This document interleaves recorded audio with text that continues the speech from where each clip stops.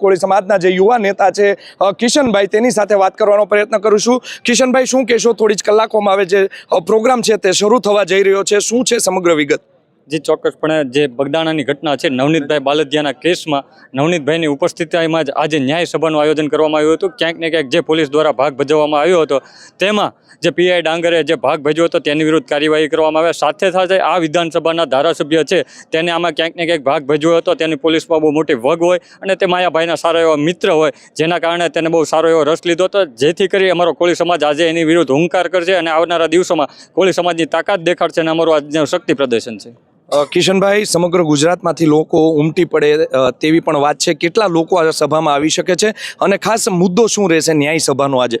જે ચોક્કસપણે આજે ન્યાય સભાનો મુદ્દો છે, જે હવે અમારા યુવાનોની ટીમ જે નવનીતભાઈના ન્યાય માટે સતત લડતી હતું તેમનું સન્માન કરવાના છે। જે રાજકીય આગેવાનો ગાંધીનગર ખાતે મુખ્યમંત્રીની રજૂઆત કરવા ગયા હતા, તેઓ જો હાજર રહે તો તેમને પણ અમે સન્માનિત કરવાના છીએ। સાથે સાથે અમારો મેઇન મુદ્દો એ છે કે પીઆઈ ડાંગરને સસ્પેન્ડ કરવામાં આવે અને સાથે સાથે આમાં જે કંઈ પણ એસઆઈટીની તપાસમાં ખુલ્લે આવે, મોટા નેતાની તપાસ કરવામાં આવે અને તેની વિરુદ્ધ કાર્યવાહી કરવામાં આવે। કિશનભાઈ, મોટા નેતાઓ કોળી સમાજના કોણ ઉપસ્થિત રહી શકે છે તેવું આપને લાગે છે? જે અમારું જાહેર આમંત્રણ છે, સોશિયલ મીડિયાના માધ્યમથી અમે તમામને વોટ્સઅપ મેસેજ થકી આમંત્રણ કર્યા છે। જે કોઈ પણ નેતા હાજર રહે તે અમારા શિરોમાન્ય છે અને તે અમારા પક્ષના વડીલ હોય કે સમાજના વડીલ હોય, અમારી માટે તેમનો આદેશ અમારા શિરોમાન્ય હોય। અચ્છા, પોલીસ અધિકારીઓ સામે પણ પગલાં ભરવા માટે આ ન્યાય સભાનું આયોજન થયું છે તેવી પણ વાત છે। નવનીત બાલદિયા આવવાના છે કે કેમ?